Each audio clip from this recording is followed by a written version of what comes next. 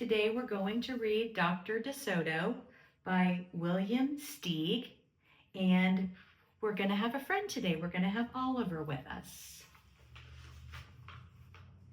Dr. Desoto. Dr. Desoto, the dentist, did very good work, so he had no end of patients. Those close to his own size, moles, chipmunks, etc., sat in the regular dentist's chair. Larger animals sat on the floor, while Dr. Desoto stood on a ladder. For extra large animals, he had a special room. There, Dr. Desoto was hoisted up to the patient's mouth by his assistant, who happened to be his wife.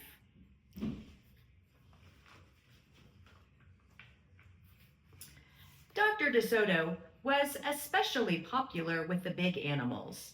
He was able to work inside their mouths, wearing rubbers to keep his feet dry, and his fingers were so delicate and his drill so dainty they could hardly feel any pain. Being a mouse, he refused to treat animals dangerous to mice, and it said so on his sign. When the doorbell rang, he and his wife would look out the window.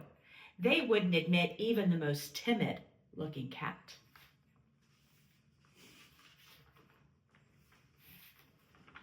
One day, when they looked out, they saw a well-dressed fox with a bandage around his jaw.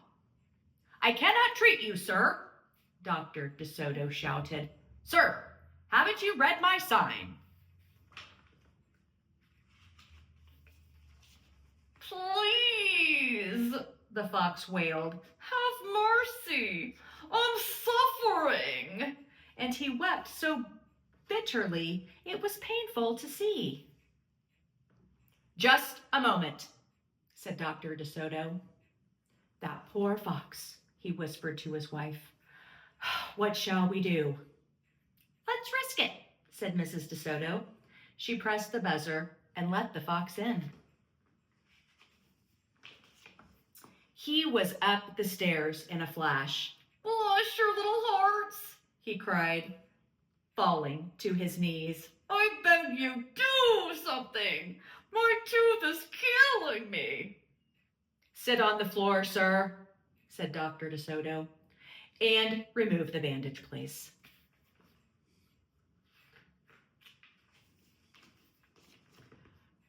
Dr. Desoto climbed up the ladder and bravely entered the fox's mouth.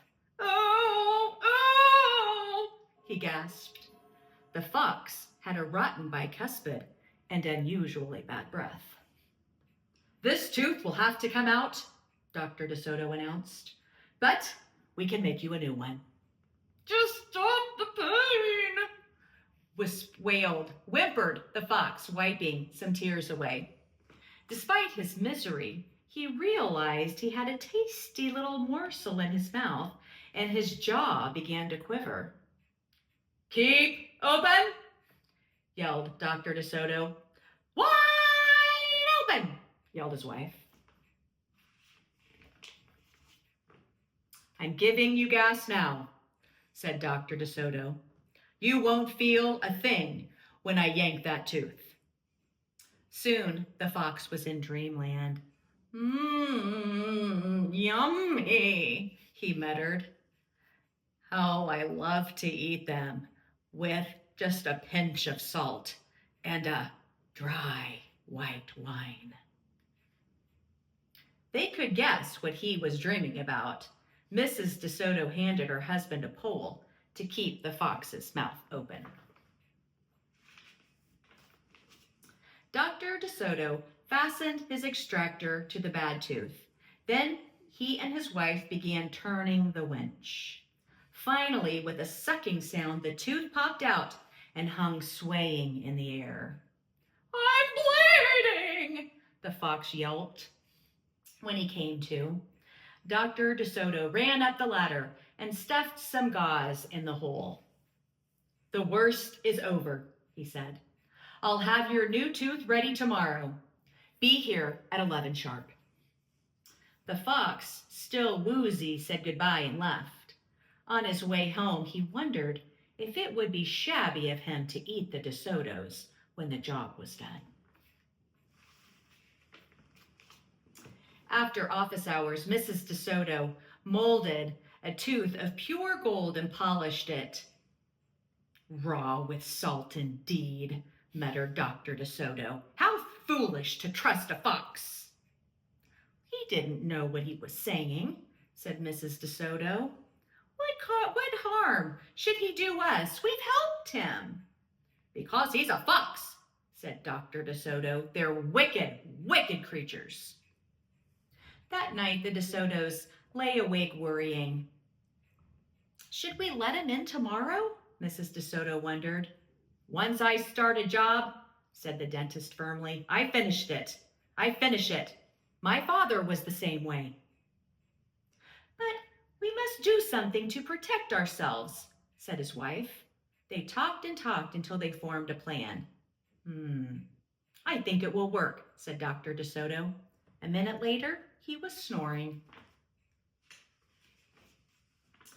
The next day, promptly at 11, a very cheerful fox turned up. He was feeling not a particle of pain. When Dr. Desoto got into his mouth, he snapped it shut for a moment, then opened wide and laughed. Just a joke, he chortled. Be serious, said the dentist sharply. We have work to do. His wife was lugging the heavy tooth up the ladder. Oh, I love it, said the fox. It's just beautiful. Dr. Desoto set the gold tooth in the socket and hooked it up to the teeth on both sides. The fox caressed the new tooth with his tongue. My, it feels good, he thought. I really shouldn't eat them. On the other hand, how can I resist? We're not finished, said Dr. Desoto, holding up a large jug. I have here a remarkable preparation developed only recently by my wife and me. With just one application, you can be rid of toothaches forever. How would you like to be the first one to receive this unique treatment? I certainly would, the fox declared. I'd be honored. He hated any kind of personal pain. You will never have to see us again, said Dr. Desoto. No one will see you again, said the fox to himself. He had definitely made up his mind to eat them, with the help of his brand new tooth.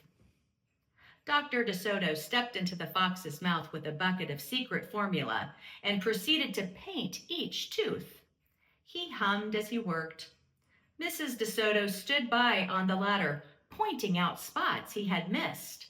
The fox looked very happy. When the dentist was done, he stepped out. Now, close your jaws tight, he said, and keep them closed for a full minute.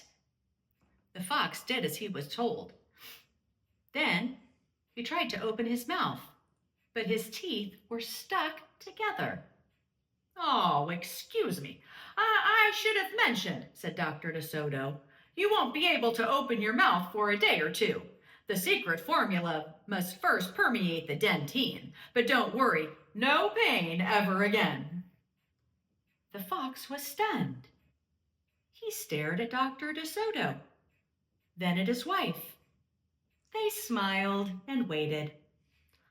All he could do was say, "Thank you very much," through his clenched teeth, and get up and leave. He tried to do so with dignity. Then he stumbled down the stairs in a daze. Dr. Desoto and his assistant had outfoxed the fox. They kissed each other and took the rest of the day off.